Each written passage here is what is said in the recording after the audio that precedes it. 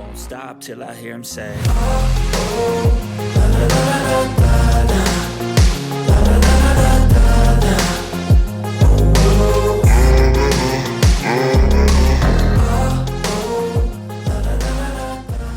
Warning: the information that we convey in these videos and the content on this page simply provides general consumer information. It is not legal advice or regulatory guidance. It is not intended to sway your personal bias in any way. We are simply just relaying information already available to the general public. We highly suggest you do your own research and draft your own opinion on the topics disclosed in this video breakdown. Without further ado, sit back, relax, enjoy this video breakdown, and if you're not already subscribed to the YouTube channel, consider doing so now. So I think, Proton is really well positioned because it has this notion of identity. It has this ability to communicate with banks and payment institutions. But then also it's just a great L1. Okay, what is going on, CYPRX Advanced YouTubers? Welcome back to the CYPRX YouTube page. In today's video breakdown, we're going to be talking about two cryptocurrencies that had been mentioned to me after this tweet that I put out to you guys, where I asked if any other researchers out there know of any other cryptocurrency projects that focus on cross-border payments, specifically aside from XRP and XLM. And I'm talking about projects whose main focus are cross-border payments. That's what I said to you all on the Twitter space. Now, two of the most interesting projects that I had seen in the comments were Corium and XPR, which is the native cryptocurrency for the Proton blockchain. So we're going to dive into that today. I'm sure that there's other researchers out there that have covered these two cryptocurrency projects.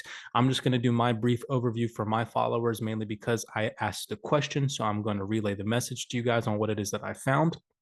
So in today's video breakdown, specifically when I'm doing cryptocurrency research, there's a couple of things that I look for. I look for the team behind the project or behind the cryptocurrency, who's running, right, the back end of the system on whatever blockchain or cryptocurrency that I'm researching. I look at transactions per second. I look at settlement time. I look at use cases, the utility behind the asset, and I look at the total supply. So with that being said, ladies and gentlemen, those are just some talking points that we're going to discuss today. I'm going to give a brief overview. I'm not going to go into a detailistic perspective on how to acquire these assets. Those are things that you guys are going to have to kind of do your own personal intuitive research on. I know that Corium is a little bit harder to acquire. So again, do some intuitive research on the back end of that on how to potentially acquire some Corium. As for XPR, the Proton blockchain native cryptocurrency, there are exchanges out there that you guys can buy this on. I'm going behind the scenes on the back end and asking Caleb and Brown if they could potentially list it, mainly because I use Caleb and Brown. Caleb and Brown, if you guys haven't seen, is the cryptocurrency exchange that I utilize to buy my utility assets on. I've done a video with an interview on one of the brokers from Caleb and Brown. You guys can go see that they are a trusted source. I've emailed them personally and asked if they could list XPR. They are in the process of potentially researching if they have the ability to do that. So I will let you guys know in a future updated video. But let's dive into today's video breakdown. Again, smash that thumbs up button if you guys enjoy video breakdowns like this. This is just for cryptocurrency awareness, and I highly suggest that you guys do your own personal intuitive research. So coming over here, first of all, this was a little bit of a red flag to me. I didn't like this at all. The self-reported circulating supply was at 100 million core, and then down here it says 500 million core, but then this little tiny error pops up and it says the CMC team has not verified the project circulating supply. However, according to the project, its self-reported CS and self-reported MC are as follows, and you guys can see down at the bottom what those numbers are. Coming over here, I will link all of these websites and PDFs in the description down below, so that way you guys can go ahead and do your own intuitive research. This is the Corium.com website. Very interesting. You guys can scroll down here and it says enterprise grade blockchain, modular, fast, secure, and interoperable, EGB. Remember that acronym because it is mentioned later on. Enterprise grade blockchain, ultra fast, scalable, interoperable, sustainable. Corium is the first enterprise-grade blockchain, new generation of blockchains that is geared towards enterprise needs and compliance with ISO 20022. So I like seeing that on their website. You guys can scroll down here and it says 7,000 transactions per second with 32 validators. With the ability to process up to 7,000 transactions per second with a federated group of 32 validators, Corium is the fastest blockchain in the world. I thought that that was interesting to read. Scale with no limits using the well-established Tendermint consensus engine and Cosmos SDK. Corium brings a low latency of proof of stake blockchain, more powerful, more efficient than proof of work. You guys can go ahead and click through their website. Like I said, again, read through some of the articles on their page, go to the about page, read through it. Don't just buy a cryptocurrency asset or invest in it or seek out how to acquire it without doing your intuitive research because you watched a YouTube video. Going over here to the team, I told you guys I like to look at the back end, who's running the blockchain, who's on the team, who is running the project behind the scenes. Two interesting participants you guys can see here, Carl Hua and Michael Zakowski. Their bios are very interesting. Carl serves as the chief architect at Celsius Network. He also leads CelysiusX, which is the DeFi arm of Celsius Network. Prior to the Celsius Network, he led the research and development effort at RippleX, which is Ripple's open source developers platform business unit. So that was a positive for me as an XRP holder and a Ripple supporter. He also co-managed the C++ XRP ledger term during his time at Ripple. Prior to Ripple, Carl was the CTO for Logos Network, a first layer high performance blockchain company, which was later acquired by Ripple. So that's interesting to see. We have two previous Ripple members here on the Corium team. Now, also we have Michael Zakowski, has been involved in cryptocurrency since 2013 and has extensive experience investing and contributing to the crypto ecosystem. Most recently, he was head of product at RippleX, the crypto-focused division of Ripple, where he oversaw the development of the XRP ledger and led new initiatives in the DeFi space. He previously founded and architected Logos Network, a high-performance blockchain payment platform, which was acquired by Ripple. So that's interesting to see. That drew my interest to the Corium project. Coming over here to the use cases and the utility behind Corium. Corium provides developers and financial institutions with complete essential infrastructure to build any DeFi application.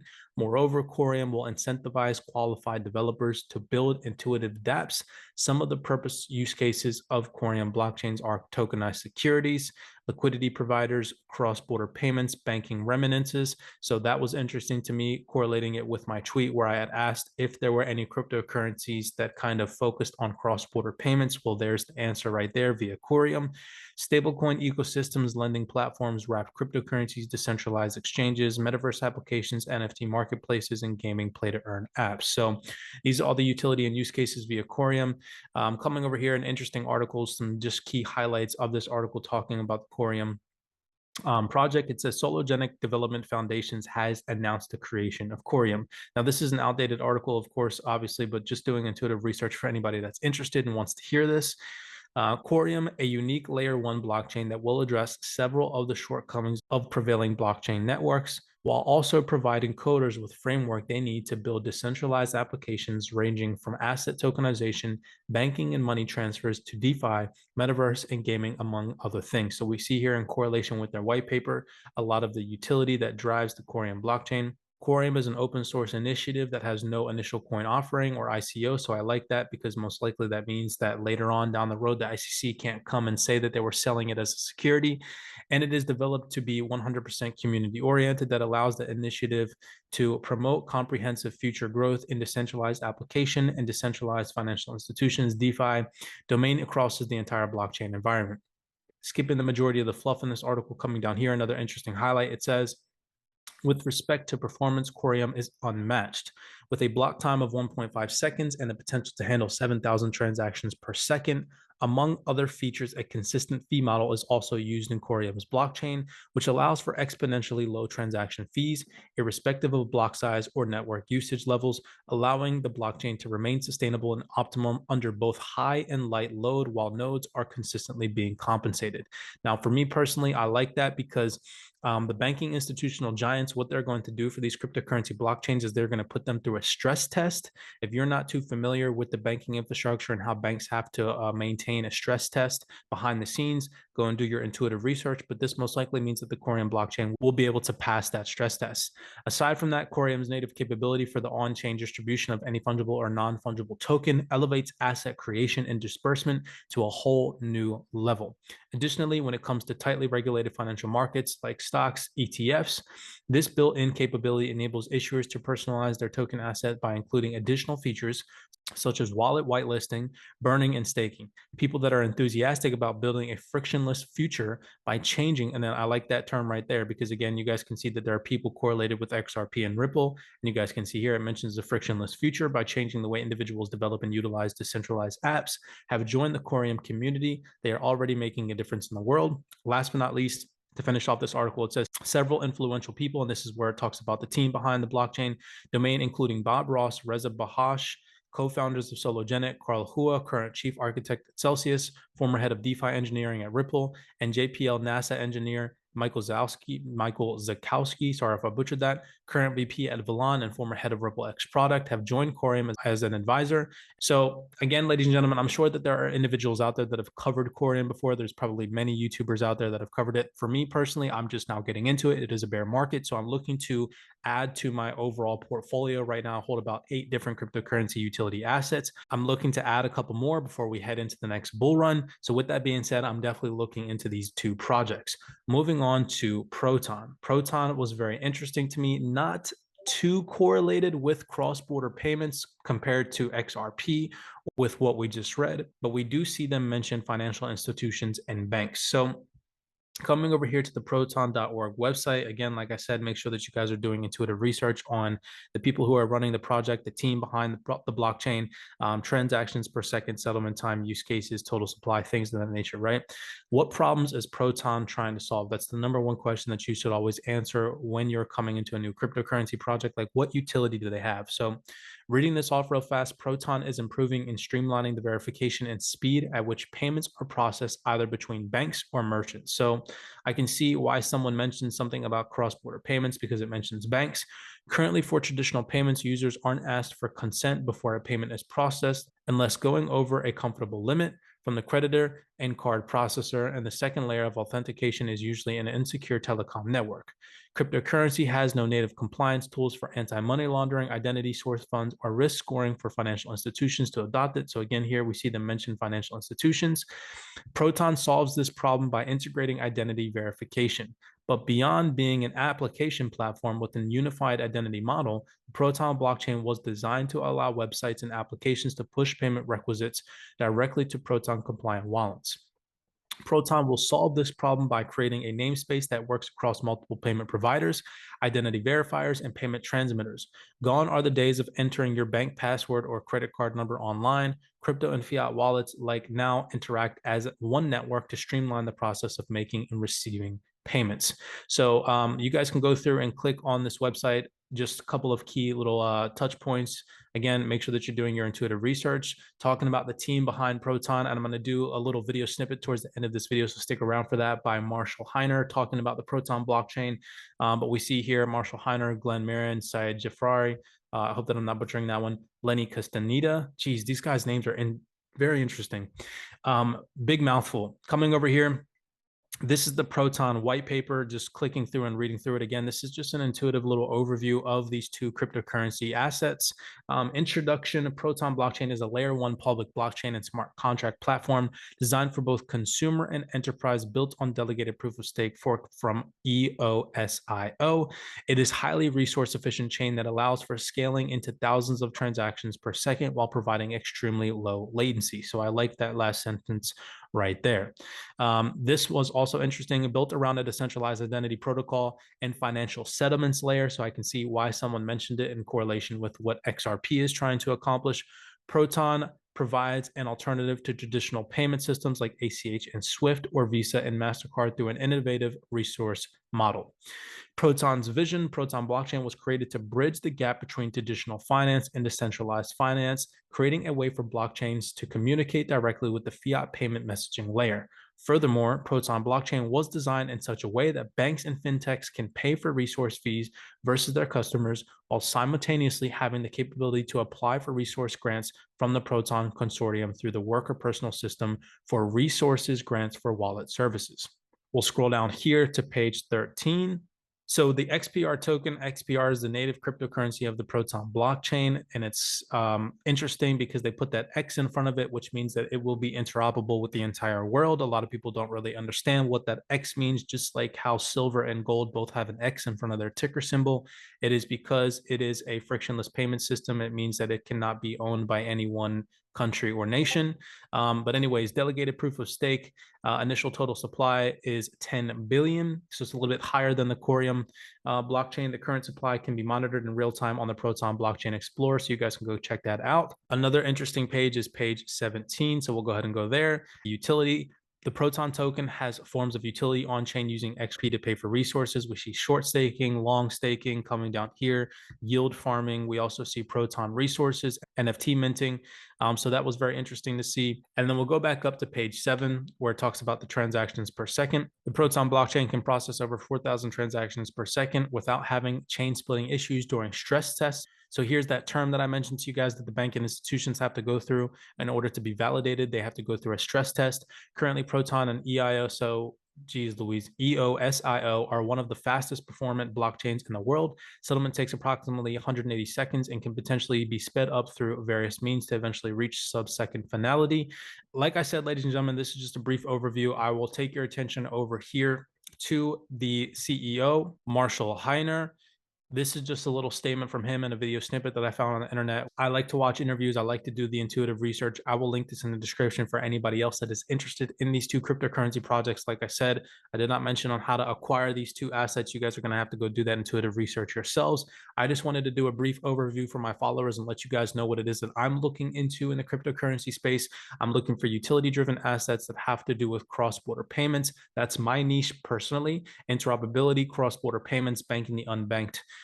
So with that being said, ladies and gentlemen, I will leave you guys with this video snippet. Make sure that you guys smash that thumbs up button, subscribe to the YouTube. Honest to God, this is literally me just doing a brief overview of these two cryptocurrency projects. I did about 2 to 3 hours worth of research making this video. This is not an in-depth video breakdown. I will look more into these crypto projects as time goes on. With that being said, make sure that you guys are always doing your personal research. I cannot stress enough. Don't just buy or sell something because I made a video or because any other YouTuber on this space made a video. Oh man, please and thank you. With that being said, ladies and gentlemen, blessings, and I will see you guys in the next video breakdown. I will leave you all with this video snippet. Leader in blockchain, right? That's important.